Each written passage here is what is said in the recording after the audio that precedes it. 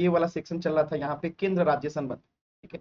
और ये वाला जो हिस्सा है हमारा सुबह 10 बजे चलता है, जो कि कल स्टार्ट होगा, ठीक है। पॉलिटी का जो 10 बजे वाला क्लास रहता है प्लस क्लास पे, वो कल स्टार्ट होगा, ठीक है। तो वहां पे हम लोग का चल रहा है भाग 1, ये पहला दूसरा तीसरा लगभग कंप्लीट होने के कगार पे है, तो वो हमारा चलता है सुबह 10 बजे। और यहाँ से हम लोग स्टार्ट किए थे केंद्र राज्य संबंध। इसमें मैंने बताया था कि आप लोग को 3 संबंध देखने हैं मुख्य रूप से। विधायी संबंध देखना था, जो हम लोग ऑलरेडी देख चुके हैं। प्रशासनिक संबंध देखना था, जो ऑलरेडी कंप्लीट है। अब हमें देखना था वित्तीय संबंध, financial relation, state versus centre, ठीक है। ये चीजें हमें देखना था। और मैंने ये भी बताया था कि भाग 11 के अंतर्गत जो है आपको विधायी संबंध और प्रशासनिक संबंध दिया गया है, आर्टिकल 245 से 255 और 256 से 263। अगर हम वित्तीय संबंध की बात करें तो ये अलग भाग में दिया गया है, भाग 12 में आर्टिकल 268 से 293, ठीक है। तो इस बहुत सारी चीजें इसमें हम लोगों ने पढ़ रखा है, जैसे विधायी संबंध जो है कंप्लीटली हमने पढ़ रखा है, ठीक है। तो ये विधायी संबंध कंप्लीट हो गया था हमारा, ठीक है। इसके बाद हम लोगों ने शुरू किया था आपका प्रशासनिक संबंध, जो कि प्रशासनिक संबंध भी आपका ये रहा कंप्लीट हो चुका है, ठीक है। इसके बाद हम लोगों ने वित्तीय संबंध जो है शुरू किया था, जिसमें से आपका सामान्य सा परिचय, राजस्व का बंटवारा, आर्टिकल 12 ये संवैधानिक प्रावधान भी कंप्लीट हो गया है, ठीक है। कराधान की शक्तियां, राज्य सूची के विषय पे अवशिष्ट शक्तियां, समवर्ती सूची के कर, ये सारी चीजें जो है मैंने आपको कंप्लीट करा रखा है, ठीक है। राज्यों की कराधान शक्ति पर नियंत्रण, ये 3 आर्टिकल 276, 287, 288, ये भी मैंने आप लोग को कंप्लीटली पढ़ा दिया था, ठीक है। यहाँ पे अगला टॉपिक जो हमारा बाकी था केंद्र राज्य वित्तीय संबंध में, वो था डिस्ट्रीब्यूशन ऑफ टैक्स रेवेन्यू, ठीक है, कर राजस्व का वितरण। ये टॉपिक जो है हमारा बाकी था। यहां तक किसी भी प्रकार का कोई भी डाउट है तो जल्दी से आप लोग पूछ लीजिए, ठीक है। यहां तक किसी भी प्रकार का कुछ भी डाउट है, कुछ भी पूछना चाहते हैं तो पूछ लीजिए, मैं वेट कर रहा हूं। यहां तक किसी भी प्रकार का कुछ भी डाउट है तो पूछ लीजिए, क्योंकि इसके पीछे की सारी टॉपिक्स मैंने पिछले क्लासेस में कवर कर रखा है। कोई डाउट है यहां तक तो पूछ लीजिए। Good morning. किसी भी प्रकार का डाउट नहीं है तो जल्दी से वाई टाइप कर दीजिए, हम आगे स्टार्ट करते हैं। कर राजस्व का वितरण, डिस्ट्रीब्यूशन ऑफ टैक्स रेवेन्यू, यहां तक कोई भी डाउट है तो पूछ लीजिएगा। हाँ, रिवीजन नहीं कर रहे होंगे तो फिर चीजें आप लोग भूलते जाएंगे, पता भी नहीं चलेगा, तो रिवीजन तो करना पड़ेगा, ठीक है। रिवीजन करना पड़ेगा आप लोगों को, क्योंकि रिवीजन नहीं किए होंगे तो ये पढ़ी गई चीजें भी आप लोग आज रिकॉल नहीं कर पा रहे होंगे। चलिए तो देखते हैं कर राजस्व का वितरण, यहां तक कोई डाउट तो नहीं होगा, क्लियर है ना, ठीक है। चल समझते हैं क्या है कर राजस्व का वितरण, डिस्ट्रीब्यूशन ऑफ टैक्स रेवेन्यू का। देखिए, तो आपको पता ही है देश में जो संघात्मक विशेषताएं हैं, तो संघात्मक संविधान में, संघात्मक संविधान का क्या मतलब है कि केंद्र के पास अपनी शक्ति है, राज्य के पास अपनी शक्ति है, दोनों ही एग्जिस्ट करती हैं, अपने अपने क्षेत्राधिकार में जो है कुछ शक्तियां रखती है, ठीक है। तो संघात्मक संविधान में कर जो टैक्स होता है वो राजस्व का यानी कि आय का, संघात्मक संविधान में कर यानी कि टैक्स, राजस्व यानी कि आय का वितरण जो है एक जटिल और विवादास्पद प्रश्न रहा। यानी केंद्र और राज्य के संबंध में अगर हम बात करें टैक्स वितरण की, यानी कि टैक्स यानी कि आय का वितरण कैसे होगा, यह हमेशा से एक जटिल और विवादास्पद प्रश्न रहा है, क्योंकि केंद्र और राज्य राजस्व में अपना हिस्सा अधिक से अधिक जो है बढ़ाना चाहते हैं। यानी केंद्र चाहता है कि उसकी आय ज्यादा हो, राज्य चाहते हैं कि उसकी आय ज्यादा हो। तो भारतीय संविधान में आप देखेंगे कि कर राजस्व की वितरण व्यवस्था जो है अत्यंत जटिल है, मतलब इतनी जटिल है कि आपको पूरा केंद्र राज्य संबंध बहुत आसानी से समझ में आ जाएगा, लेकिन जैसे ही हम कर राजस्व के वितरण पे आते हैं सबकी बत्ती गुल हो जाती है, बहुत जटिल है। तो लगभग 2000 ईस्वी के बाद कुछ इसको सरल बनाया गया, यानी 2000 सन के पहले देखिएगा तो कर राजस्व का वितरण तो और ज्यादा जटिल था। ये सन 2000 के बाद थोड़ी सी इसकी जटिलता कम हुई है, फिर भी आपको समझने के स्तर पे थोड़ी सी तो परेशानी होगी। मैं पहले ही बता देता हूं इस टॉपिक में थोड़ी सी आपको परेशानी हो सकती है। तो जहां तक अगर हम बात करें राज्य सूची का, मैंने आप लोग को 3 सूची बताया था, राज्य सूची, संघ सूची और समवर्ती सूची। तो अगर हम बात करें राज्य सूची के कर का, तो उसके संबंध में कोई विवाद नहीं, यानी राज्य सूची में जो भी कर दिए गए हैं, जो भी विषय है उस पर जो कर लगाने की शक्ति है, तो उसके संबंध में कोई विवाद नहीं है। उन करों का अधिरोपण भी राज्य करते हैं, यानी कि उसको लगाते भी राज्य हैं, संग्रहण भी वही करते हैं और उससे प्राप्त राशि का उपयोग भी वही करते हैं। तो पहला पॉइंट तो यहां पे क्लियर रख लीजिएगा। पहला पॉइंट आपने यहां पे क्या सीखा कि राज्य सूची के विषय पे कोई विवाद नहीं है। राज्य सूची के करों का प्रश्न अगर है तो उनसे संबंधित या उनके संबंध में लिख लीजिएगा,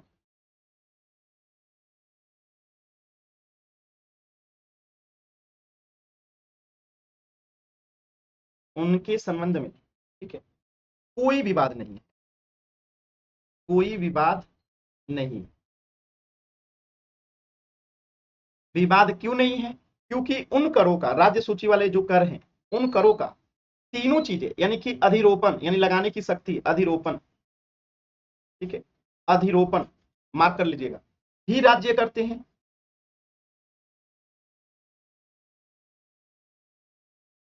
क्या करते हैं? राज्य करते हैं। तथा संग्रहण यानी वसूलने का काम, संग्रहण, ठीक है, और उपयोग दोनों ही राज्य करते हैं। अब बताइए, अब इसमें क्या ही विवाद होगा? इसमें क्या ही विवाद होगा? जब लगाएगा भी राज्य, वसूलेगा भी राज्य और उपयोग भी करेगा राज्य, तो कोई विवाद नहीं होता है। विवाद होता है केंद्र सूची के टैक्स पे और समवर्ती सूची के टैक्स पे। क्यों? क्योंकि केंद्र सूची के विषय में जो टैक्स हैं वो आय के सबसे बड़े स्रोत हैं, और आपको पता ही है राज्यों का आय का स्रोत जो है वो केंद्र की तुलना में कम है। यानी संख्या में अगर बात कीजिएगा तो आपको दिखेगा कि केंद्र सूची में जो है टैक्सेस की संख्या कम है, इसके बावजूद जो महत्वपूर्ण टैक्स है वो केंद्र की सूची में ज्यादा, यानी उसमें ज्यादा पैसे आते हैं। तो इसलिए राज्य क्या करते हैं कि केंद्र से टैक्स मांगते हैं।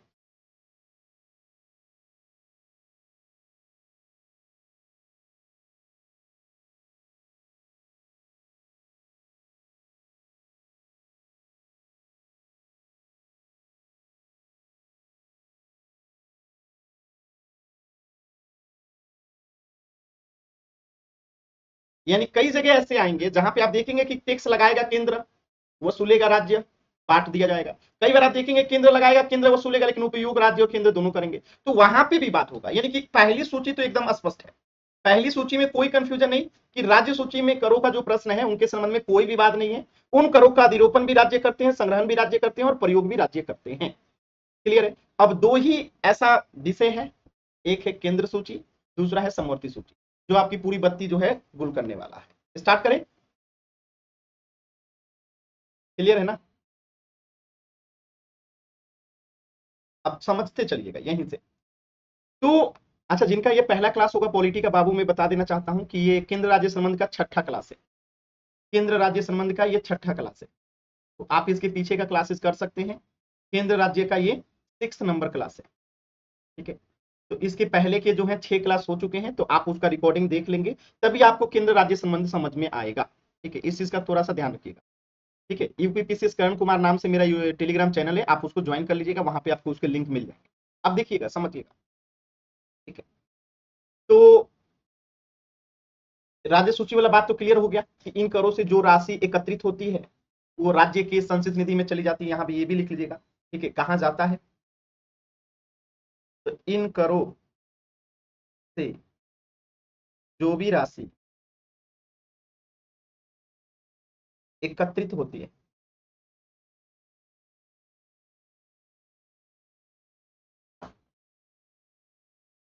वह राज्य की संचित निधि में चली जाती है,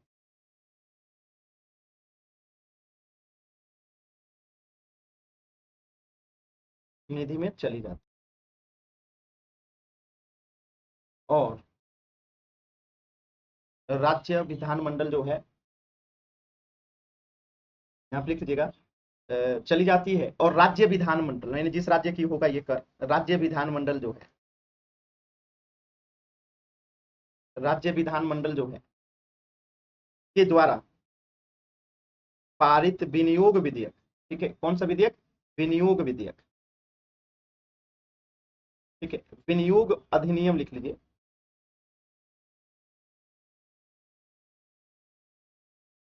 विनियोग अधिनियम को और मैं इधर लिख सकता हूँ, नहीं लिख सकता, चलिए, विनियोग अधिनियम से शक्ति हासिल करके सरकार उस राशि का प्रयोग करती है, मतलब निकाल लेती है अपने खजाने से और उपयोग करती है।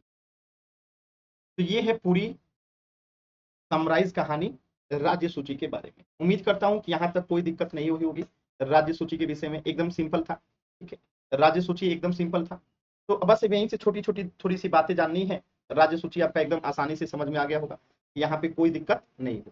ठीक है, तो देखिए कर राजस्व की अगर हम वितरण की जटिलता संघ सूची से करों से संबंधित है, यानी जो भी जटिलताएं आप देखेंगे ना कर के बंटवारा से संबंधित, वो सारा जटिलता दिखाई देगा आपको संघ सूची से, राज्य सूची में नहीं है। और समवर्ती सूची में कुछ ज्यादा टैक्सेस है ही नहीं। ठीक है, तो संविधान ये उपबंध करता है कि संघ सूची, मैं लिख दूं, मैं लिख देता हूं, नहीं तो इसको बार बार बोलवा बोलवा के ना मुझे थका दीजिएगा।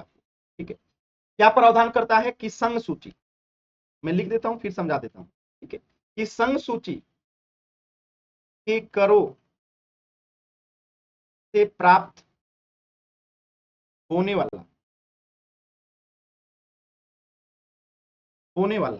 संपूर्ण राजस्व, यानी संपूर्ण आय, संपूर्ण राजस्व, ठीक है, केंद्र का नहीं होगा, केंद्र का नहीं होगा। अब विवाद का जर यही है, केंद्र का नहीं होगा, बल्कि उसमें राज्यों की हिस्सेदारी होगी। क्या होगी? राज्यों की हिस्सेदारी भी होगी। और विवाद यहीं से शुरू होता है। ठीक है, विवाद यहीं से शुरू होता है। ऐसा इसलिए क्योंकि राज्यों को अपने करों से मिलने वाला राजस्व यानी कि आय इतना कम है कि उस राशि से अपना वो जीवन यापन राज्य नहीं कर सकते। सिंपल सी बात है, क्योंकि राज्यों को अपने करों से मिलने वाला जो राजस्व है, जो आय है, इतना कम है कि उस राशि से वो अपने राज्य का निर्वाह नहीं कर सकते। तो राज्यों को कम राजस्व देने के पीछे संविधान सभा का मूल उद्देश्य यही था कि उनकी जो है केंद्र पे वित्तीय निर्भरता बनी रहे। ये संविधान के निर्माता भी चाहते थे कि राज्य जो है केंद्र के ऊपर निर्भर रहे पैसों को लेकर, जिससे कि राष्ट्रीय एकता और अखंडता को खतरा ना हो। आप इसे ऐसे समझिए कि एक परिवार है, परिवार में ये 4 भाई बहन है, एक पिताजी हैं और एक माताजी हैं। तो ये पिताजी और माताजी से सभी बच्चे बंधे रहते हैं, एक समय के बाद स्वतंत्र होते हैं। और ये क्यों बंधे रहते हैं? तो आप देखेंगे कहीं फाइनेंशियल, जैसे कि एक पिता फोन करते हैं बच्चे से, कहते हैं कि बाबू इस बार रिजल्ट ले लियो, नहीं तो 2 साल के बाद हम पैसा देना बंद कर देंगे, फिर अपना देखते रहिए।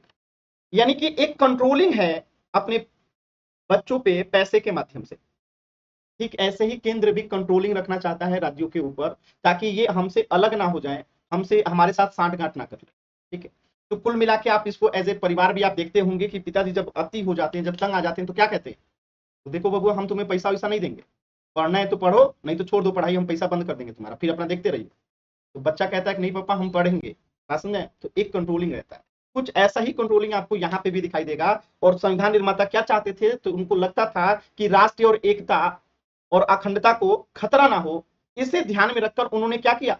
उन्होंने राज्यों के राजस्व जो है कम दिए, ताकि केंद्र के ऊपर राज्यों का जो है निर्भरता जो है हमेशा बनी रहे। समझ में आया? ये वाला पॉइंट आप लोगों को समझ में आया? आना तो चाहिए, कोई रॉकेट साइंस तो है नहीं। मैं बहुत स्लो बता भी रहा हूं जानबूझ के कि आपको ये पॉइंट्स मिस ना हो। ठीक है, बात समझ में? तो अब यहां से एक संशोधन देखते हैं, और वही संशोधन से विवाद थोड़ा सा आप लोगों को कॉम्प्लेक्स होते जाएगा। अब धीरे धीरे टॉपिक्स कॉम्प्लेक्स होते जाएगा। देखिएगा, 80वां संविधान संशोधन होता है, 80वां संविधान संशोधन होता है, और समस्या यहीं पे शुरू होता है। क्यों शुरू होता है? क्योंकि गठबंधन की राजनीति वहीं पे शुरू होती है। तो 80वां संविधान संशोधन गठबंधन की राजनीति के दौर में क्षेत्रीय दलों की पहल पर, यानी कि जो रीजनल दल होती हैं, उन्हीं के पहल पे 10वें वित्त आयोग की सिफारिश पे पारित हुआ था 80वां संविधान संशोधन। और इसके पीछे मूल विचार यही था कि राज्यों के संसाधन बढ़ने चाहिए। अब आप एक बात बताइएगा, आपके 28 राज्य के, यानी 28 राज्य का मतलब क्या है? जो आपके देश के जो 28 प्रांत हैं, वहां की जो लोकल पार्टीज हैं जो अपने राज्यों में शासन करती हैं, विशेष रूप से उन 28 लोकल पार्टियों के माध्यम से जब केंद्र की सरकार बनेगी, यानी कि इन 28 राज्यों की भूमिका जब केंद्र की सरकार में होगी, तो सिंपल सी बात है, वो क्या करेंगी? राज्यों की हित की बात पहले करेंगे। यानी कि वो केंद्र को मजबूत करने की बात नहीं करेंगी, वो राज्यों की मजबूत करने की बात करेंगे। और ये क्यों हो रहा है? क्योंकि गठबंधन की सरकार है, गठबंधन की राजनीति है। इसीलिए 80वां संविधान संशोधन हुआ। क्यों? क्योंकि आप समझ चुके हैं कि जब राज्य मजबूत होंगी केंद्र में, जब राज्य मजबूत होंगी केंद्र में, जब राज्य मजबूत होंगे केंद्र में। राज्य मजबूत कैसे होंगे केंद्र में? जब गठबंधन की सरकार बनेगी, इनकी जो लोकल पार्टीज हैं राज्यों की, जब उनका अस्तित्व बढ़ेगा केंद्र की सरकार में, तो सिंपल सी बात है वो राज्यों की हित बात करेंगे केंद्र में रहते हुए। बात समझा? तो यही बात मैंने कहा कि 80वां संविधान संशोधन गठबंधन की राजनीति के दौर में जो है क्षेत्रीय दलों की पहल पे, यानी इन्होंने ही शुरुआत किया था। 10वें वित्त आयोग की सिफारिश पे पारित हुआ था और इसके पीछे मूल विचार यही था कि राज्यों के संसाधन बढ़ने चाहिए, यानी इनके आय जो है बढ़ने चाहिए और उनकी केंद्र पे वित्तीय निर्भरता कम होनी चाहिए। यानी कि जो संविधान निर्माता हमारे चाहते थे, ये इसके जस्ट अपोजिट सोच रहे हैं और ये क्या चाह रहे हैं कि केंद्र के ऊपर राज्यों की निर्भरता जो है कम होनी चाहिए। तो इसी 80वें संविधान संशोधन के द्वारा आर्टिकल 270 की भाषा को पूरी तरीके से बदल दिया गया और व्यवस्था की गई कि आर्टिकल 268 और आर्टिकल 269 में वर्णित कर और आर्टिकल 271 बताऊंगा, सभी बताऊंगा, ध्यान से रखिएगा। आर्टिकल 270 की भाषा को पूरी तरीके से बदल दिया गया और व्यवस्था किया गया कि आर्टिकल 268, 269 में जो भी करों का वर्णन किया गया और अनुच्छेद 271 में जो भी सरचार्ज है, इन सभी को छोड़कर संघ सूची में सभी कर और सभी प्रकार के जो शुल्क हैं वो केंद्र राज्यों में बांटा जाएगा। समझ लीजिए, कुछ इस प्रकार के प्रावधान किए गए हैं 80वें संविधान संशोधन से। मैं फिर से एक बार भाषा बता रहा हूं और ये सारे आर्टिकल्स उम्मीद है मुझे कि मैं बता चुका हूं। 270, 268, 269, 271 पढ़े होंगे तो समझ में आएगा, नहीं पढ़े होंगे तो बस दिक्कत है। मैं दिखा देता हूं कि मैं पढ़ाया हूं, अगर आप लोग नहीं पढ़े होंगे तो फिर आप लोग को दिक्कत है, मतलब नहीं याद रखे होंगे। तो देखिए यहाँ पे 169 दिख रहा है आप लोगों को, आ गया यार, जिसे खोजो जब ना वही नहीं मिलता। कोई नहीं,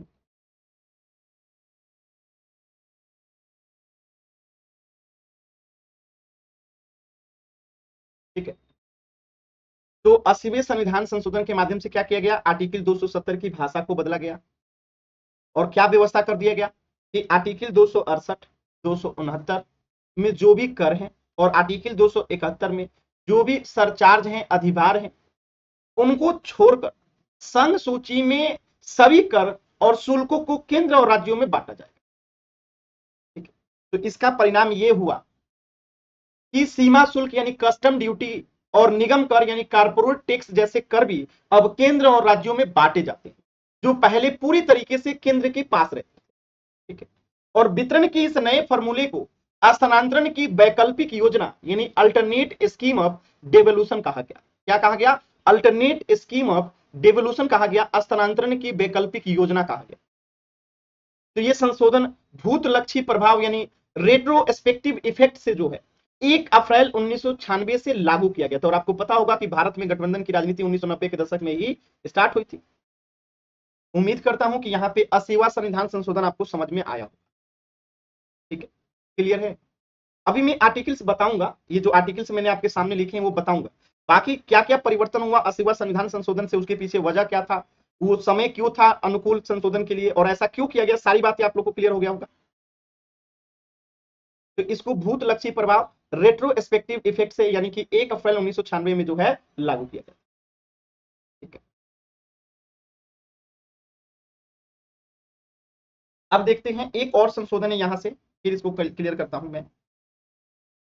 एक संशोधन है यहीं पे 28वां संशोधन जो कि हो रहा है 2003 में। ठीक है, तो कर राजस्व की दृष्टि से ये भी 28वां जो है संशोधन बहुत महत्वपूर्ण है। ठीक है, इसके माध्यम से संविधान में एक नया अनुच्छेद जोड़ा गया, आर्टिकल 268 क्लॉज ए या क जोड़ा गया और सर्विस टैक्स यानी कि सेवा कर, सेवा कर को यानी यहां लिख लीजिएगा सर्विस टैक्स, अभी ये एग्जिस्ट नहीं करता है, अब जीएसटी लगता है, पहले ये सर्विस टैक्स होता था। तो आर्टिकल 268 जोड़ा गया और सेवा कर यानी सर्विस टैक्स को संवैधानिक जो है स्तर प्रदान किया गया, यानी इसे संविधान में जगह दिया गया। ठीक है, सेवा कर को, सर्विस टैक्स को। ठीक है, तो अवशिष्ट शक्तियों के आधार पे, और आपको मैंने अवशिष्ट शक्तियां बता रखा है, तो अवशिष्ट शक्तियों के आधार पे संसद ने 1994 के बजट में ही सेवा कर लागू कर दिया था 1994 में। तो फिर आप 28वां संविधान संशोधन क्यों किया गया, समझने वाली बात है। तो इसे 1994 में ही बजट में ही सेवा कर को लागू कर दिया गया था संसद के द्वारा, और ये तब से लगातार प्रचलन में था। बात समझे। लेकिन 2003 में जब ये क्या बोलते हैं इसको जी, 88वां, ठीक है, जब संशोधन हुआ 2003 में, तो इसे संविधान में शामिल कर लिया गया। यानी बजट के माध्यम से तो शामिल था, लेकिन अभी ये संविधान में शामिल नहीं था।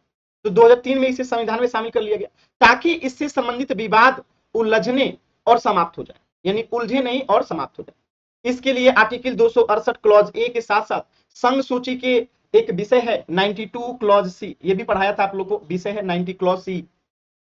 संघ सूची में कई विषय है ना, उस कई विषय में से एक विषय दिया गया है 92 क्लॉज सी को भी जोड़ा गया था। और ये चीजें कब जोड़ा गया था ये मैं पहले से पढ़ा चुका, ठीक है। तो अगर इन तमाम चीजों को अभी वर्तमान में बात करें तो ये हो गया संशोधन जो कि संघ सूची में किया गया, और क्या क्या संशोधन किया गया, पहले क्या था, अब क्या है, ये मैंने आपको बताया।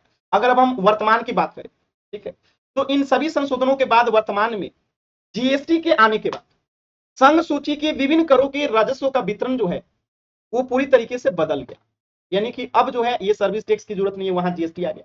तो अब यहां से एक अलग मैकेनिज्म दिखाई देगा आपको, एक अलग सिस्टम दिखाई देगा, क्योंकि कई टैक्सेस को समाप्त करके वहां जीएसटी लगा दिया गया। और अभी इसी जीएसटी को जो है क्या किया जाता है, केंद्र राज्यों के बीच में बांटा जाता है, ठीक है। तो यहाँ पे एक लास्ट में एक पॉइंट लिख लेंगे ऐसे। अब यहीं से टॉपिक थोड़ा सा कंप्लेक्स होता चला जाएगा। देखिएगा, यहां से लिखिएगा, इन सभी संशोधनों के बाद, मैं अभी आप लोग के डाउट्स लूंगा, बस ये लास्ट लाइन लिख लीजिए। इन सभी संशोधनों के बाद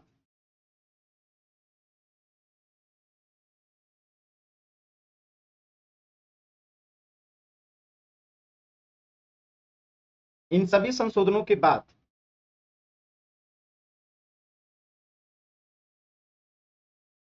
वर्तमान में GST, goods and services tax, GST के आने के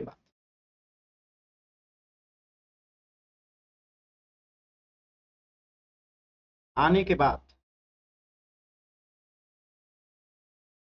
संघ सूची के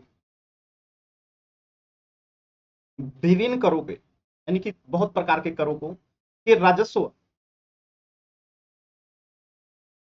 का वितरण, यहां ऐसे लिख लीजिएगा, कौन से तरीके से किया जाता है, तो यहां लिख लीजिएगा निम्नलिखित तरीके से किया जाता है। निम्नलिखित रीति से किया जाता है, रीति से किया जाता है। और ये जो रीति है यही सबसे कॉम्प्लेक्स है, यही रीति जो है लोगों को समझ में नहीं आता। निम्नलिखित रीति से किया जाता है। तो यहाँ पे पहला रीति, फिर कई प्रकार की रीति देखेंगे हम लोग। पहला रीति, यहां तक आप लोगों को जो भी ऐसा परेशान करने वाला चीजें लगा एक बार पूछ लीजिए, ठीक है। कुछ भी ऐसा जो आपको परेशान कर रहा है, नहीं समझ में आ रहा है, फिर मैं आगे बढ़ूंगा, पूछ लीजिए। मन में डाउट नहीं रखना है, जो भी मन में जिज्ञासा है पूछ लीजिए। मेरा पानी का बोतल हमसे रह गया है दूर, कोई नहीं, ऐसा मैं बैठा हूं कि उसको निकाल भी नहीं सकता। पूछ लीजिए, जो भी मन में संशय है, डाउट्स है, कुछ भी है, पूछ लीजिए।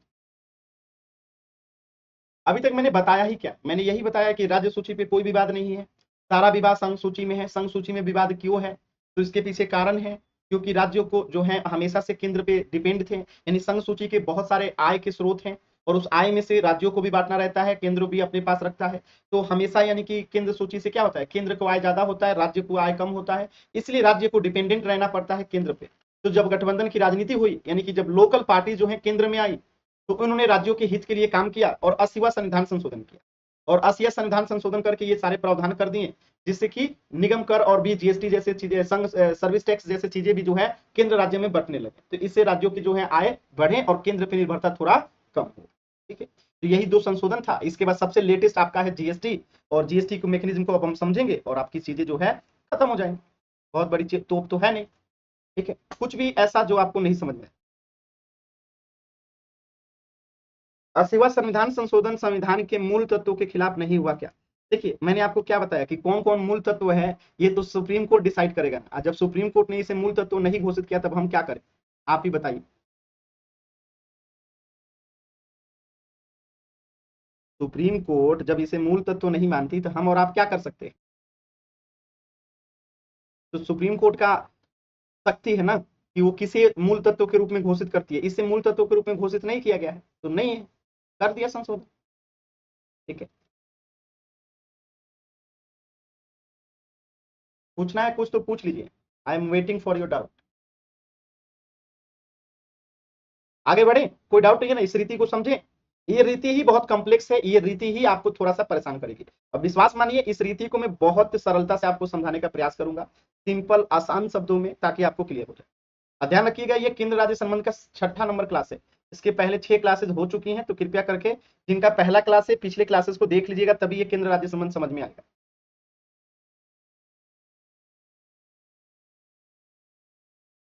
आगे बढ़े ना, तो बस समझते चलिएगा। पहला रीति देखते हैं कि इन सभी संशोधन यानी 80वां और 88वां जो संशोधन हुआ 2003 में, इसके बाद जीएसटी के लागू होने के बाद, यानी 80वां 88वां और जीएसटी 2017, इन तीनों के लागू होने के बाद वर्तमान में क्या वो रीति है जिससे कि राजस्व का वितरण होता है केंद्र और राज्यों के मध्य। यानी कि अगर हम इस रीति को पढ़ लें, इस निम्नलिखित वाली रीति को पढ़ लें, तो कुल मिला के लगभग सारे नियम यहाँ पे कवर हो जाते हैं। देखिए तो पहला नियम क्या कहता है, पहला नियम, पहला रीति कहता है कि केंद्र के द्वारा लगाए जाने वाले, यानी केंद्र अधिरोपित करता है, लगाता है, केंद्र के द्वारा लगाए जाने वाले लेकिन राज्यों के द्वारा एकत्रित और उपयोग किए जाने वाले कर, इसकी चर्चा की गई है किसमें, आर्टिकल 268 में।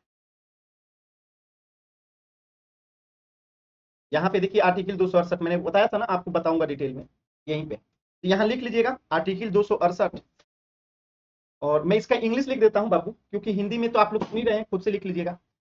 हिंदी है इसका, केंद्र के द्वारा लगाए जाने वाले किंतु राज्य द्वारा एकत्रित और उपयोग किए जाने वाले कर, इंग्लिश में इसको कहेंगे taxes lived by the union, but collected, ठीक है, एंड एप्रोप्रिएटेड। यार मतलब थोड़ा सा ना, एप्रोप्रिएटेड बाय द स्टेट्स, इसका जिक्र किया गया आर्टिकल 268 में। हिंदी वाले लोग हिंदी से लिख लीजिएगा, केंद्र के द्वारा लगाए जाने वाले कर लेकिन राज्य के द्वारा एकत्रित और प्रयोग किए जाने वाले कर, जिसकी चर्चा की गई है आर्टिकल 268 में। तो इन करों की चर्चा किसमें की गई है, आर्टिकल 268 में। और ऐसे करों का अधिरोपण संसद की विधि के द्वारा किया जाता है, यानी लगाने का काम कौन करती है, संसद करती है। अधिरोपण किसके द्वारा किया जाता है, संसद की विधि के द्वारा किया जाता है। लेकिन संविधान ने राज्यों को हक दिया है कि वे अपने राज्य क्षेत्र में इन करों को स्वयं एकत्रित करें, ठीक है, और इन करों के आगम से केंद्र सरकार की कोई हिस्सेदारी नहीं, यानी कि केंद्र सरकार लगा देगा लेकिन वसूलेगा कौन, राज्य, उपयोग कौन करेगा, राज्य। यह है आर्टिकल 268। समझ में आया, एकदम सिंपल है, यानी कि अधिरोपित करने की शक्ति किसकी है, संसद की। वसूलेगा कौन, सभी राज्य अपने अपने क्षेत्र में वसूलेंगे, और वसूलेंगे तो उसको उपयोग कौन करेगा, वही उपयोग करेंगे। तो इन करों के आगम से, यानी कि आय से, इन करों के आय से, आय में केंद्र सरकार की कोई हिस्सेदारी नहीं। तो इन करों से प्राप्त, ठीक है, होने वाली राशि भारत की संचित निधि का हिस्सा नहीं होती, सीधे ही राज्यों को मिल जाती। हाँ, इन करों में से जो राशि संघ राज्य क्षेत्र में एकत्रित होती है उस पर केंद्र सरकार का अधिकार होता है। भाई संघ राज्य क्षेत्र में भी तो वसूली होगी, तो किस संघ राज्य क्षेत्र में जो भी कर वसूला जाएगा वो उस पर किसका अधिकार होता है, भारत सरकार का अधिकार होता है, केंद्र सरकार का। तो ये पहला प्रावधान था आर्टिकल 268 में, ठीक है। उम्मीद है कि आपको ये पहला प्रावधान समझ में आया होगा, एकदम सिंपल। देखिए इससे ज्यादा सिंपल पॉसिबल नहीं है, मतलब अब मैं कुछ कर ही नहीं सकता, I am try my best कि आपको आसानी से समझ में आए, ठीक है, एकदम सिंपल, क्योंकि ये बहुत कॉम्प्लेक्स टॉपिक है। शायद कोई टीचर आपको इतना डिटेल में पढ़ाया हो केंद्र राज्य संबंध में, पढ़ा रहा हूं क्योंकि मुझे पता है कि अब इसी की जरूरत है, ठीक है। तो अगला पॉइंट आते हैं, निम्नलिखित रीति किया जाता है, जिसमें आपने पहला रीति देखा आर्टिकल 268। अब हम दूसरा रीति देखते हैं, और दूसरा रीति क्या कहता है कि वर्तमान में संघ सूची में, ठीक है, संघ सूची मत कीजिए, इस सूची में कीजिए, आर्टिकल 268 में ही कीजिए, ठीक है। वर्तमान में इस सूची में, यानी आर्टिकल 268 वाले सूची में शामिल करों की संख्या 2 है। पहला, संघ सूची में वर्णित जो स्टाम्प शुल्क है, जिसका संबंध मुख्यतः किससे होता है, शेयर के वचन पत्र या क्रय विक्रय तथा स्थानांतरण से, जो टैक्सेस लगते हैं। अब ये इकोनॉमिक्स का सेक्शन है, शेयर मार्केट में मैं आपको स्टाम्प शुल्क या शेयर वचन पत्र क्या होता है, क्रय विक्रय पे टैक्स लगता है, ये सारी चीजें बताता हूं। तो यहाँ पे 2 विषय, कौन कौन सा? एक हो गया आपका संघ सूची में वर्णित स्टाम्प शुल्क। अब ये स्टाम्प शुल्क किस पे लगता है? तो सिंपल सी बात है, ये शेयर के वचन पत्र हो गया या इनके क्रय विक्रय या ट्रांसफर यानी स्थानांतरण से होता है। यानी आप एक शेयर जब दूसरे को ट्रांसफर करते हैं ना तो वहां पे कुछ टैक्स लगता है, और आप एक शेयर खरीदते हैं तो वहां पे टैक्स लगता है, और जब आप उसको बेचते हैं तो वहां पे टैक्स लगता है, जिसे स्टंप शुल्क कहा जाता है। तो इसके ऊपर जो ये टैक्स लगता है संघ सूची में, तो ये एक विषय है आर्टिकल 268 में। और एक दूसरा विषय है संघ सूची में वर्णित औषधियों और प्रसाधन। प्रसाधन समझते हैं ना जी, महिलाएं तो समझती होंगी, प्रसाधन या प्रसाधन जो भी है। तो औषधि और प्रसाधन उत्पादों पे लिया जाने वाला उत्पाद शुल्क, ये दो विषय जो है आर्टिकल 268 के अंतर्गत आते हैं। अब सोचिए इसे राज्य को कितना आया होगा? महिलाएं तो मार्केटिंग करती हैं, और महिलाएं यहां से ही तो सबसे ज्यादा मार्केटिंग करती हैं, समझ में? प्रसाधन और औषधि, इन दो पे जो है उत्पादों पे लिया जाने वाला शुल्क, तो ये दो विषय जो है कहां पे हैं? इस आर्टिकल 268 के तहत जो है शामिल है। और इस 268 के तहत क्या प्रावधान है कि संसद जो है कर को अधिरोपित करेगा, वसूलेगा राज्य, उपयोग करेगा राज्य। ये है आर्टिकल 268। अभी क्लियर है? अब हम देखें, ये था पहला बिंदु, तो इसे मिटा देता हूं मैं, पहला बिंदु में ही इसको कवर कर लीजिएगा, ठीक है? पहले बिंदु में इसे कवर कर लीजिएगा तो कोई दिक्कत नहीं होगा। पहला पॉइंट, पहला सारा चीज क्लियर हो गया होगा। 268 में क्या है, क्या प्रावधान है, कौन सा विषय है? दो ही विषय है, दोनों मैंने बता दिया, ठीक है? तो अब हम देखते हैं दूसरा, और दूसरा क्या है? आर्टिकल 268A है। इसका विषय क्या है? तो इसका मैं क्या लिखूं, इंग्लिश में ही लिखता हूं, tax lived by the union and collected and appropriated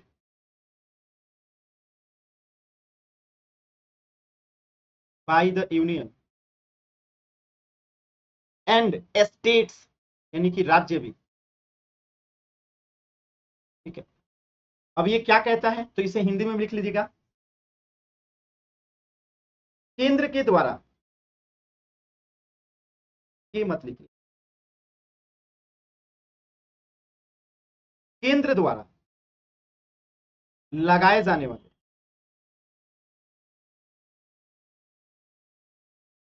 केंद्र के द्वारा लगाए जाने वाले, केंद्र और राज्यों द्वारा एकत्रित तथा प्रयुक्त यानी उपयोग किए जाने वाले कर,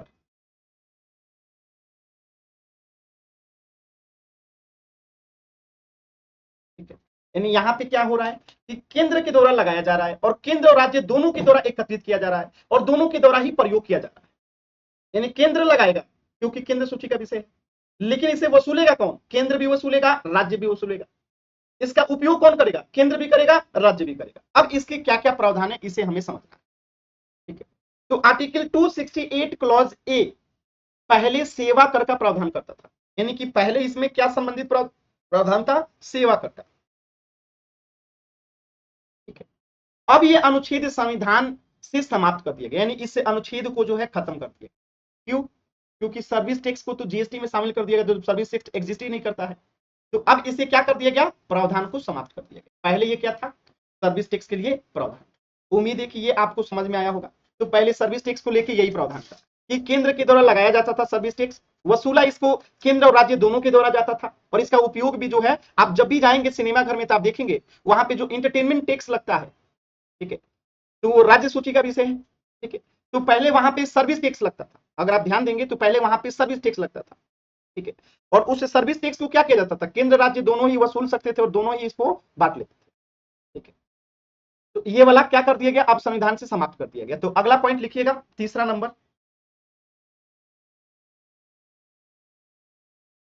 और तीसरा नंबर पॉइंट क्या है? तीसरा नंबर पॉइंट लिखिएगा सीधे, केंद्र के द्वारा, यहां पे लिख लीजिए आर्टिकल 269, या आप ऐसे लिख लीजिए, हाँ लिख लीजिए, लिख ही लीजिए, या 269 लिखने से पहले ये ज्यादा सही है, इसको ऐसे लिखिए, ठीक है? केंद्र के द्वारा,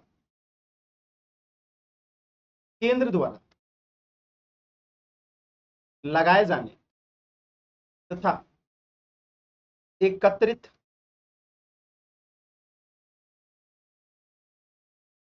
किए जाने वाले लेकिन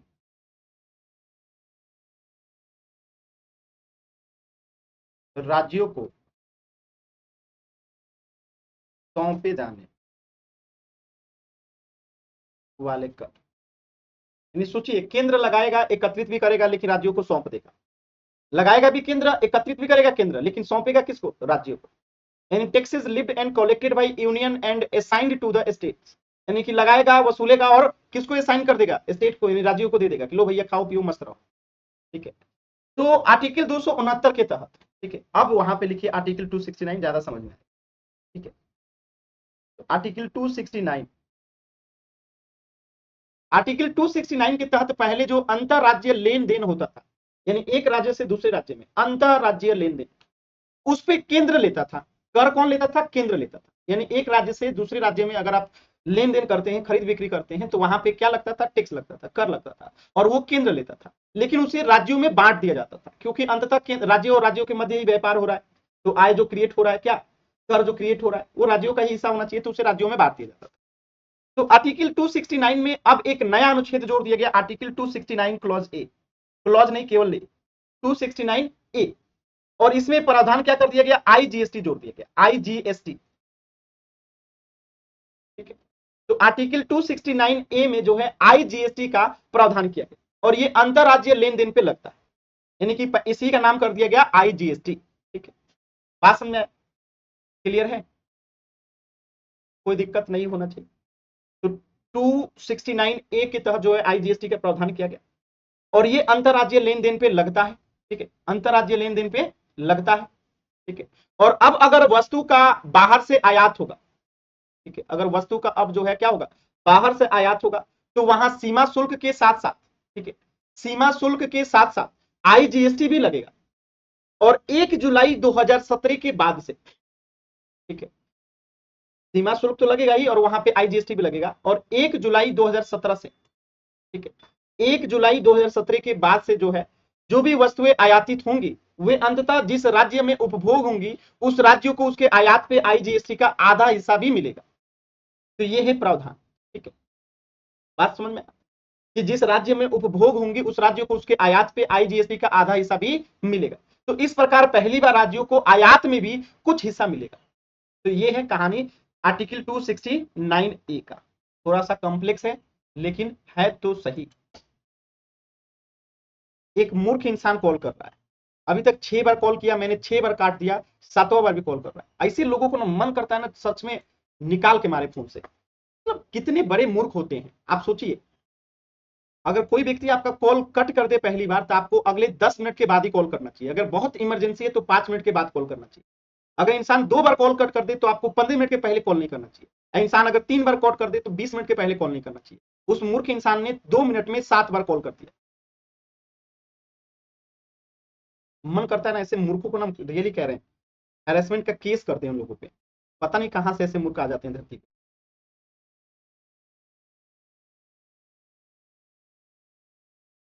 जो आयात करेगा, जो उपभोग करेगा, उसी को आईजीएसटी का आधा हिस्सा दिया जाएगा। मूर्ख का 8वां बार कॉल आ गया। खैर, बताते हैं इसको क्लास के बाद, और 10 मिनट, 10 मिनट के बाद उसको हम बताते हैं कौन सा तेजी है उसको। और ये कोई समझदार व्यक्ति कर ही नहीं सकता है, ये पक्का कोई रॉन्ग नंबर होगा, या कोई इडियट टाइप का इंसान होगा, जो दोबारा मेरे से जीवन में कभी बात नहीं करे। क्लियर है? आगे बढ़े। तो ये चीजें, तीसरा प्रावधान आप लोगों को क्लियर हुआ। हाँ, तीसरे में एक चीज लिख लीजिएगा आईजीएसटी के तहत ही, कि विशेष आर्थिक जोन यानी स्पेशल इकोनॉमिक जोन पे भी आईजीएसटी लगता है। और स्पेशल इकोनॉमिक जोन मैंने इकोनॉमिक्स में आप लोग को डिटेल रूप में पढ़ा रखा हूं, याद होगा। स्पेशल इकोनॉमिक जोन जिसे सेज कहते हैं, सेज, स्पेशल इकोनॉमिक जोन पे भी आईजीएसटी ही लगता है। ठीक है, चलिए, तो ये 3 प्रावधान यहाँ पे आप लोग को क्लियर हो गए। चौथा देखते हैं, 3 हो गया, चौथा देखते हैं। 10 बार कॉल कर दिया, बताते हैं उसको क्लास एंड होने के बाद। देखिएगा, आप लोग भी समझदार हो जाइए। अगर किसी के पास मेरा नंबर है, अगर मैंने कॉल कट कर दिया बाबू, 15 मिनट के पहले दोबारा कॉल मत कीजिएगा, कभी भी मत कीजिए। पहली बात कि मुझे कॉल कीजिए ही तब जब आप मुझसे पूछ लिए कि सर बात करना है, कब कॉल करें। बिना पूछे तो मुझे कॉल कीजिए ही मत, एकदम मत कीजिए। अगर पूछने के बाद भी अगर आपका कॉल मैं कट कर दूं, जो कि कभी होता नहीं, अगर बाय द वे कभी हो गया तो 15 मिनट के बाद ही कॉल कीजिए। थोड़ा सा समझदार बनिए, मेच्योर बनिए। देखिए चौथा प्रावधान क्या कहता है, लिख लीजिएगा। केंद्र के द्वारा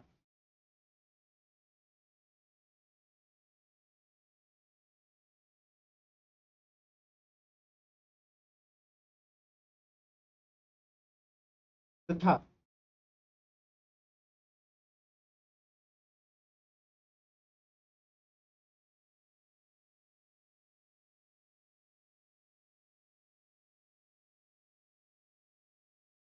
किंतु केंद्र तथा राज्यों में बांटे जाने वाले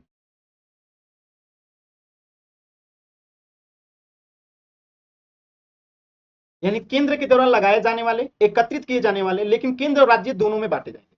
तीसरा में क्या था कि केंद्र लगाएगा, एकत्रित भी करेगा, लेकिन राज्यों को बांट देगा, खुद उपयोग नहीं करेगा। यहां पे क्या है कि केंद्र के द्वारा लगाया जाएगा, एकत्रित भी किया जाएगा, लेकिन केंद्र और राज्य दोनों में बांटा जाएगा। तो ये है चौथा प्रावधान। क्लियर है? क्लियर है?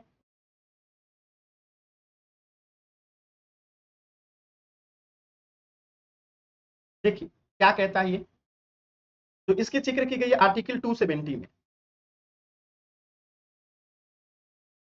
देखिए जितने आर्टिकल्स मैंने यहाँ पे लिया था नाम, 270 अभी बताने जा रहा हूँ, 268 बता दिया, 269 बता दिया, अभी 271 भी बता दिया। देखिए 270, तो 270 में ऐसे करों की चर्चा की गई है जिन्हें लगाने और एकत्रित करने की जिम्मेदारी केंद्र की होती है और इनकी प्राप्ति केंद्र और राज्य में बांटी जाती है। यानी इससे जो आय होता है वो केंद्र राज्यों में बराबर बराबर बांट दिया जाता है। ठीक है, तो इसका मेन जो रिलेशन है वो 80वें संविधान संशोधन से, यहां पे लिख लीजिएगा। ठीक है, तो 80वें संशोधन से पहले इस सूची में सिर्फ 2 ही कर थे। यानी 80वां संविधान संशोधन हुआ था, इसमें और भी टैक्स जोड़ दिया गया राज्य को अपने हित को ध्यान में रखते हुए। तो पहले इसमें 2 ही कर होते थे। कौन कौन सा? एक होता था आयकर यानी इनकम टैक्स, और दूसरा होता था उत्पाद शुल्क। ठीक है, क्या होता था? उत्पाद शुल्क। तो इसमें 80वें संविधान संशोधन से पहले सिर्फ 2 कर होते थे 270 के अंतर्गत, आयकर और उत्पाद शुल्क। ठीक है, लेकिन इस संशोधन के द्वारा आर्टिकल 270 को पूर्णतः बदल दिया गया। यानी पहले सिर्फ कितने थे? ये 2 ही थे। 280वां संविधान संशोधन हुआ और आर्टिकल 270 को बदल दिया गया। और नई व्यवस्था के अनुसार जो है 3 अपवादों को छोड़कर, यानी 3 ऐसे टैक्सेस हैं जिनको छोड़कर संघ सूची के सभी कर केंद्र और राज्यों में विभाजित होते हैं। तो अब हम केवल ये देख लेते हैं कि आखिर वो संघ सूची के कौन से 3 कर हैं जो कि केंद्र और राज्य में बराबर बराबर में हिस्सेदारी में बांटे नहीं जाते। यानी 3 कर को छोड़ दें तो सारे कर जो है अब केंद्र राज्यों में बांटे जाते हैं। और 80वें संविधान संशोधन से पहले यहाँ पे सिर्फ 2 ही प्रावधान था, आयकर और उत्पाद शुल्क। 80वां संविधान संशोधन किया गया और कहा गया कि ऐसा है बाबू, सिर्फ 3 कर जो है इसको हटाई दो, बाकी सब बांटेंगे। और वो 3 क्या क्या था? तो पहला, दूसरा, तीसरा। आप पढ़ चुके हो इसके, चिंता मत कीजिए। पहला था आर्टिकल 268 और 269 में जो भी कर है सभी कर, उसे छोड़कर, क्योंकि मैं पढ़ा चुका हूं आपको अभी इधर 268 269 देख रहे हैं ना, तो इसको छोड़ के जो मैं पढ़ा चुका हूं। ठीक, दूसरा आर्टिकल 271 के तहत सभी कर या शुल्क लगाए जाने वाले सरचार्जेस सब इसमें शामिल, अभी 271 भी पढ़ेंगे। और तीसरा कि संसद के द्वारा किसी विधि के द्वारा किसी विशेष प्रयोजन के लिए अधिरूपित कोई शेष या उपकर जो है। ठीक है, तो इन 3 चीजों को छोड़कर, इन 3 सब्जेक्ट को छोड़कर, ठीक है, संघ सूची के सभी कर जो है केंद्र राज्यों में क्या किए जाते हैं? बांटे जाते हैं आर्टिकल 270 के अनुसार। ये 80वें संविधान संशोधन में करते हैं। कोई दिक्कत है तो मुझे बताइए। बड़ी सिंपली मैंने आप लोग को ये चीजें यहां तक कवर किया है, अभी आगे प्रावधान बाकी है, अभी मैं बताऊंगा।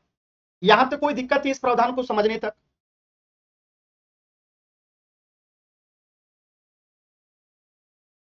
यानी संघ सूची में जो भी कर हैं वो सभी कर केंद्र राज्य में बांटे जाएंगे, बस ये 3 को छोड़ के 269 268 और 269 में जो सभी कर हैं उसको नहीं बांटे जाएंगे। उसके लिए क्या प्रावधान है मैं पढ़ा चुका हूं। आर्टिकल 271 में जो भी सरचार्ज की बात की गई है उसे नहीं बांटा जाएगा, और संसद के द्वारा किसी विधि के द्वारा कानून लाकर किसी विशेष प्रयोजन के लिए कोई टैक्स शेष लगाया जाता है, उपकर लगाया जाता है, ठीक है, तो उसे नहीं बांटा जाएगा। ठीक है, तो एक ये है। बात समझ में आया? क्लियर है? अब देखिए, तो यहीं पे एक लाइन लिख लीजिएगा सिंपल सा, कि इन 3 अपवादों को छोड़कर, यही 3 अपवाद है, ठीक है, इन 3 अपवादों को छोड़कर संघ सूची के सभी कर केंद्र और राज्यों में बांट दिए जाते हैं। और ये वितरण किस अनुपात में किया जाएगा, इसका फैसला वित्त आयोग की स्थापना होने से पहले राष्ट्रपति द्वारा किया जाता है। तो ये भी पूछा जा सकता है कि इसका फैसला किया किसके द्वारा जाए, तो वित्त आयोग की स्थापना से पहले राष्ट्रपति तय कर देते हैं कि किस रेशियो में बांटना है। लेकिन अगर वित्त आयोग की स्थापना हो चुकी है तो राष्ट्रपति जो है आयोग की सिफारिश पे विचार करने के बाद ही वितरण की पद्धति के बारे में आदेश दे सकते हैं। तो ये इसकी सिंपल सी कहानी है जो आपको एज इट जो है याद रखना है, सेम टू सेम। मैंने कहा था ना ये कॉम्प्लेक्स है, फैक्चुअल है, आपको इसी तरीके से इसे समझना पड़ेगा। दुनिया का कोई भी मास्टर आपको इससे आसान, इससे सरल तरीके से नहीं पढ़ा सकता। अगर कोई इससे आसान सरल तरीका होता तो मैं खुद आपको बताता, ठीक है। तो अब यहाँ पे थोड़ा सा आर्टिकल 270 को और थोड़ा सा समझते हैं। तो आर्टिकल 270 के तहत जो कर केंद्र लगाता है और वसूलता था, उसके बाद इसे राज्यों में बांट दिया जाता था। तो अब साथ में जीएसटी से जो राजस्व एकत्रित होगा उसमें सीजीएसटी और आईजीएसटी में केंद्र को जो आधा हिस्सा है, ये कर भी विभाज्य पूल का हिस्सा बनेगा, यानी कि केंद्र वाला हिस्सा भी अब उसे बांटा जाएगा। तो वित्त आयोग के अनुसार क्या बोलते हैं, अनुशंसाओं के अनुसार जो है केंद्र और राज्यों के बीच में जो ये बांटा जाता है। तो ये पूरी कहानी है आर्टिकल 270 का, ठीक है। 270 का 12 बार कॉल कर दिया वो लड़का जो भी है 5 मिनट में 12 बार। सोचिए, पता नहीं क्या आफत आया है, अभी बताते हैं, ठीक है। क्लियर है 270 क्लियर है, ठीक है। तो केंद्र के परियोजन के लिए अधिभार जो सरचार्ज फॉर द यूनियन, ये व्यवस्था अनुच्छेद 271 में किया गया है। और मैंने अधिभार क्या होता है, सरचार्ज क्या होता है आप लोग को बता रखा हूं, ठीक है। सरचार्ज क्या होता है आप लोग को बता रखा हूं, फिर भी थोड़ा सा जानिएगा। आर्टिकल 271 में 2 बातें समाहित है, अधिभार और उपकर यानी कि शेष, और एक होता है सरचार्ज। इकोनॉमिक्स में दोनों ही पूरे डिटेल में बता दें। तो इससे संबंधित केंद्र सरकार के पास विशेष उपाय थे, यानी केंद्र का कर जो है संग्रह कम होने पे केंद्र अनुच्छेद 269 और 270 में जो कर का प्रावधान था उन पे अधिभार या उपकर लगा सकता था। यानी कर के ऊपर कर जो लगता है उसी को सरचार्ज या फिर उपकर कहते हैं। तो जो उपकर होता है ना, जो शेष होता है, ठीक है, वो किसी विशेष प्रयोजन से लगाया जाता है, जबकि उपकर जो होता है, अधिभार जो होता है, उसका विषय पहले से निर्धारित नहीं होता, ठीक है।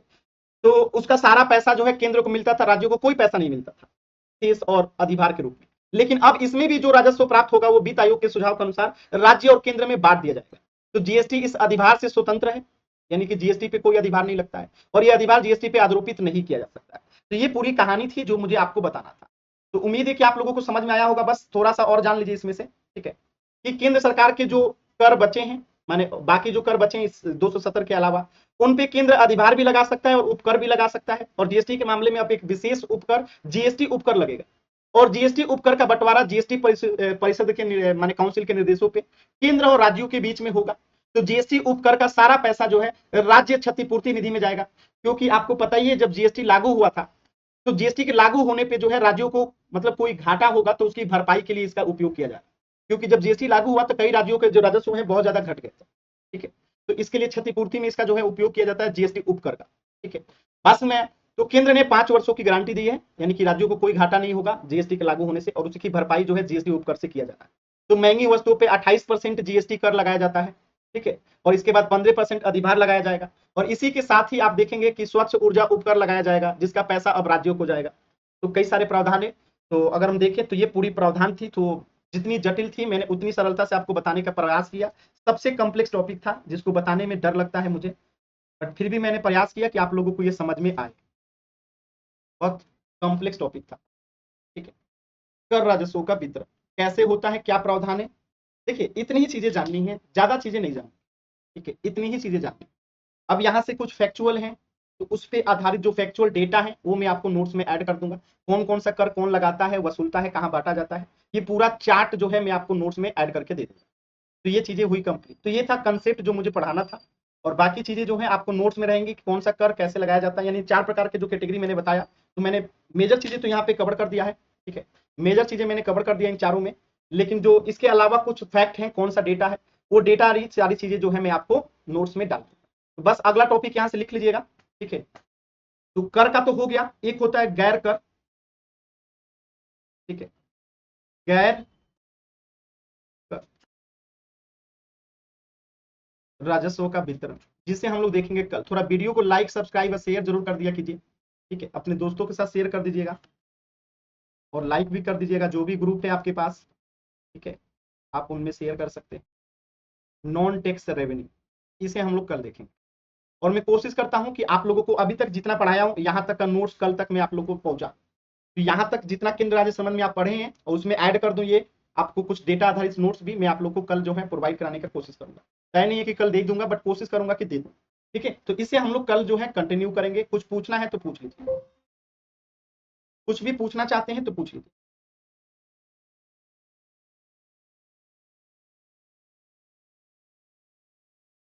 चलिए फिर मिलते हैं नेक्स्ट क्लास में। नेक्स्ट क्लास आपका 12 बजे है। अगली क्लास आज 12 बजे, 10 बजे वाली क्लास आज नहीं है, ध्यान रखिएगा। आज 10 बजे वाली पॉलिटी की क्लास नहीं है, कल से पॉलिटी की क्लास 10 बजे स्टार्ट होगी। ठीक है, आज 10 बजे वाली क्लास नहीं है। ठीक है, तो मिलते हैं आज 12 बजे। फिजिक्स शुरू कर रहा हूँ। ठीक है, 12 बजे फिजिक्स शुरू कर रहा हूँ। रात को 10 बजे एमसीक्यू भी होगा फ्री क्लास पे। तो अभी मेरी कुछ फ्री क्लासेस आज ज्यादा है। ठीक है, आज प्लस क्लास शायद एक ही है, दोपहर 3 बजे। चलिए मिलते हैं। टेक केयर ऑफ यू, धन्यवाद। Take care, bye bye.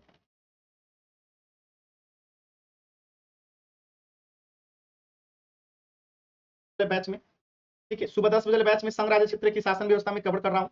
तो वो तो खत्म हो गया। केंद्र राज्य संबंध यहाँ पे मैं पढ़ा दिया। तो इसके बाद हम लोग सबसे सबसे अगला टॉपिक हमारा हो जाएगा कौन सा? कुछ राज्यों के लिए विशेष उपबंध, कुछ राज्यों के लिए विशेष उपबंध। इसके बाद भाषा, मतलब कि ये अगर देखेंगे तो एक क्लास, इसको अगर देखेंगे तो 2 क्लास, आपात उपबंध 1 क्लास, 2 क्लास, 6 क्लास या 7 क्लास, 2 क्लास, 2 क्लास, बस यहाँ पे तो ये गवर्नेंस है, तो इसको 3-4 क्लास ले लीजिए। ठीक है, खत्म। इतने दिन के और पॉलिटी, इधर वाला पॉलिटी बचा है 3 4 2 6 10 2 12 2 14, यानी 17-18 दिन में आपका पॉलिटी का ये वाला पूरा सेक्शन जो है कंप्लीट हो गया। तो सबसे बड़ा वाला एक केंद्र राज्य संबंध था और एक बड़ा ये है स्थानीय स्वशासन। बस ये 2 चैप्टर बड़े बड़े हैं, बाकी सब छोटे छोटे हैं, बहुत आसानी से कंप्लीट हो जाए। ठीक है, तो कुछ पूछना है तो पूछ लीजिए। अब बाकी सुबह वाले बैच में तो हम यहाँ से पढ़ ही रहे हैं, पहला वाले से, जो कि आज अभी भाग 1 चल रहा है। ठीक है, इसके बाद हम लोग भाग 2 पे पहुंचेंगे। तो एक साथ पॉलिटी की 2 क्लास चलाने के पीछे कारण क्या है समझ गए होंगे आप लोग, क्योंकि काफी डिटेल में पढ़ना है, काफी चीजें पढ़नी है। कुछ पूछना चाहते हैं तो पूछ लीजिए। I am waiting for your doubt. नहीं तो मिलेंगे 10 बजे। ठीक है, 1 घंटे के बाद पॉलिटी के भाग 1 में। और भाग 1 का थोड़ा सा जो लास्ट क्लास में आप लोगों ने पढ़ा है रिवीजन करके आइएगा। ठीक है, कुछ भी पूछना है तो पूछ लीजिए। थोड़ा सा क्लासेस को थोड़ा टाइम ध्यान रखिएगा, कुछ बच्चों को तो क्लास ही नहीं पता है कि कब कब क्लास होता है। मैं थोड़ा सा बता देता हूँ एक बार, देखिए ध्यान से समझिएगा। ये क्या हो गया?